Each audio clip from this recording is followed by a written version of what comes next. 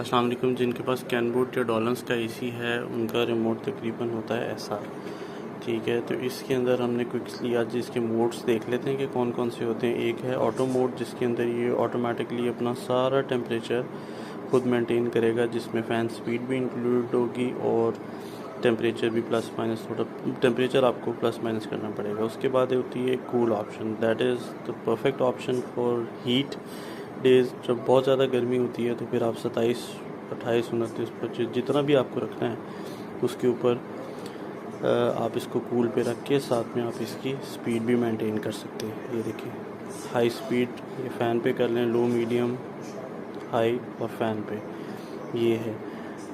और जो इम्पोर्टेंट चीज़, अब बरसात का मौसम, मानसून स्टार्ट हो चुका है, तो उसके लिए फिर आपको ड्राई पे जाना पड़ेगा और ये ऑटोमेटिकली आपका लो पे ही चलेगा। This is how it works.